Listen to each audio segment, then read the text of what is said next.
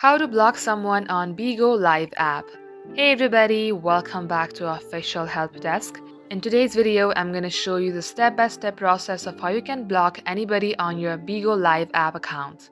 So without any further ado, let us jump right into the process.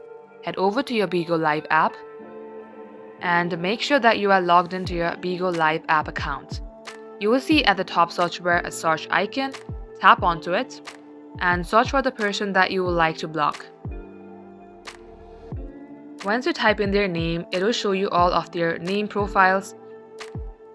Tap on the specific account that you would like to block, then tap on the three-dot icon on the top right. Tap on block again. And just like so, this is how you block anybody on your Bigo Live app. So that is all for today's tutorial. If you would like to see more videos on this topic, then do comment down below and we will get back to you soon with more tutorials like this. In the meantime, what you can do is like this video and subscribe to our channel. Also, don't forget to hit the notification bell to never miss an update from us. Lastly, thank you very much for watching the video till the very end. We will catch you up in our next upload.